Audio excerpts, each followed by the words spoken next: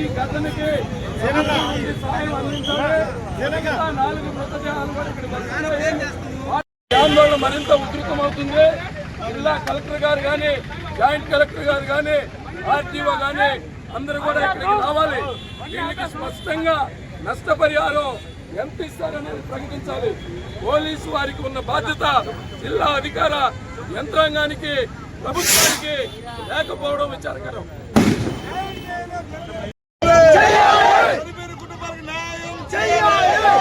అధికారులు రావాలి, అధికారులు రావాలి, అధికారులు ప్రకటించాలి, అధికారులు ప్రకటించాలి, అధికారులు ప్రకటించాలి, న్యాయం చేయాలి, న్యాయం చేయాలి, న్యాయం చేయాలి, చనిపోయిన కుటుంబాలకు న్యాయం చేయాలి, చనిపోయిన కుటుంబాలకు న్యాయం చేయాలి, చేయాలి. అధికారులు రావాలి, అధికారులు రావాలి, అధికారులు ప్రకటించాలి, అధికారులు ప్రకటించాలి, అధికారులు ప్రకటించాలి, న్యాయం చేయాలి, చనిపోయిన కుటుంబాలకు న్యాయం చేయాలి. అధికారులు ఎక్కడున్నా నష్టపరిహారం అధికారులు ఎక్కడ దగ్గరికి రావాలి, అధికారులు ఎక్కడ దగ్గరికి రావాలి, చనిపోయిన కుటుంబాలకు న్యాయం చేయాలి,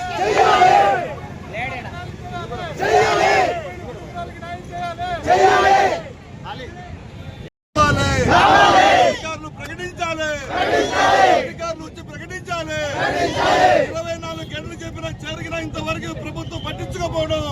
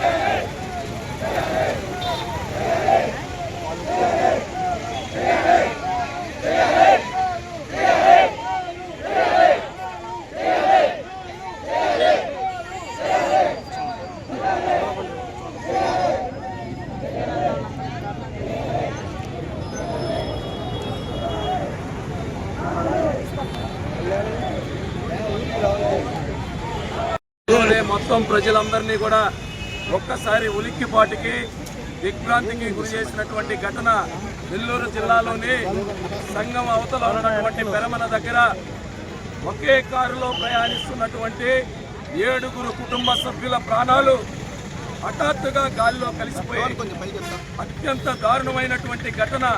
ఇసుక టిప్పరు ఢీకొని ఆ ఒకే ఘటనలో బాడీలన్నీ తునాతునకలయ్యి అత్యంత దారుణంగా నిరుపేద కుటుంబాలు, చనిపోయిన అందరూ బలహీన వర్గాలకు చెందిన దళితులు, అత్యంత నిరుపేదలు ఈరోజు వాళ్ళ కుటుంబాలు ప్రాణాల్లో కలిసిపోతే నిన్ననే స్థానిక ఆత్మకూరు ప్రభుత్వ ఆసుపత్రి వద్ద మన సిపిఎం పార్టీ నాయకులు వెళ్ళి ప్రభుత్వం నుండి వారికి ఆర్థిక సహాయం అందించాలా అని చెప్పి దాని మీద సమగ్రమైన న్యాయ విచారణ జరపాలని చెప్పి కోరారు. కానీ 24 గంటలు పూర్తయింది.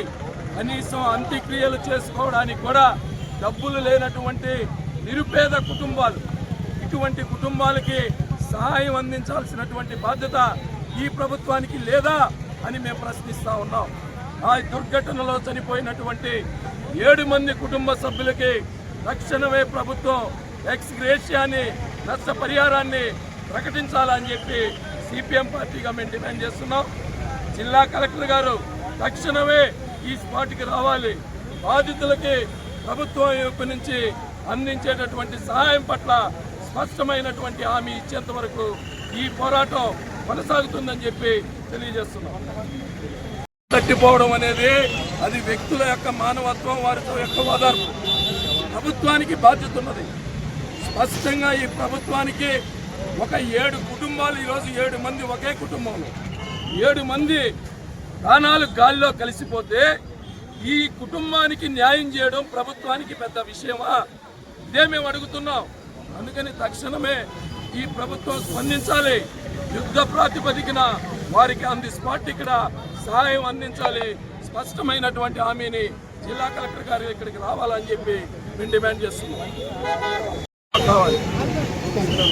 4 గంటలు గడిచిపోయిన పోలీస్ యంత్రాంగం మాత్రం కష్టపడి పనిచేశారు. అయితే వాళ్ళ పాత్ర వాళ్ళు పోషించారు.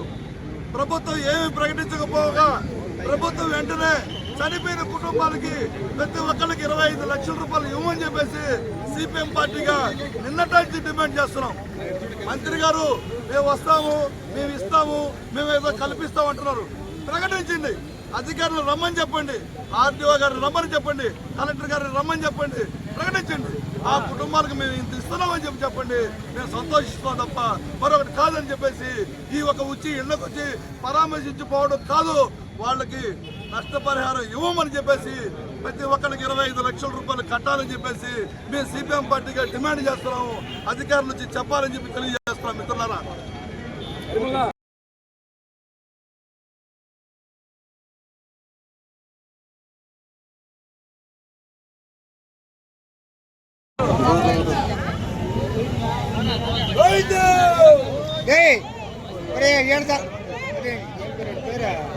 నాని రే నానే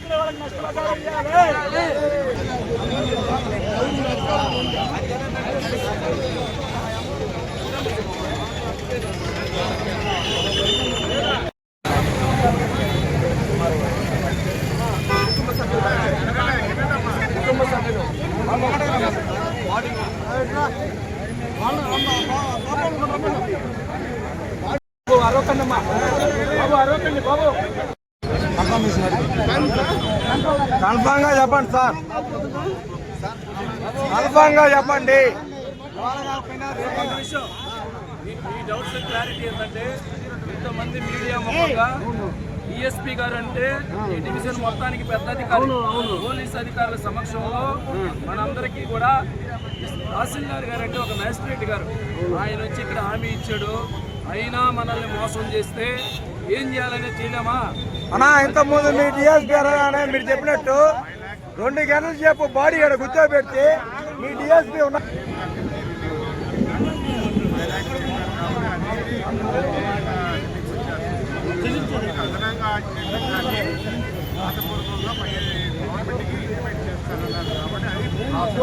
కన్ఫర్మేషన్ కావాలి సార్.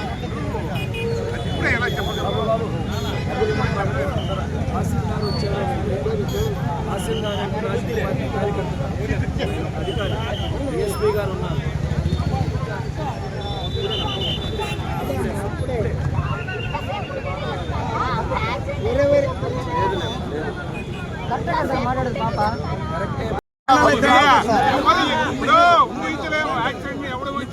జరిగిన దాని గురించి అందరికీ బాధ ఉంది.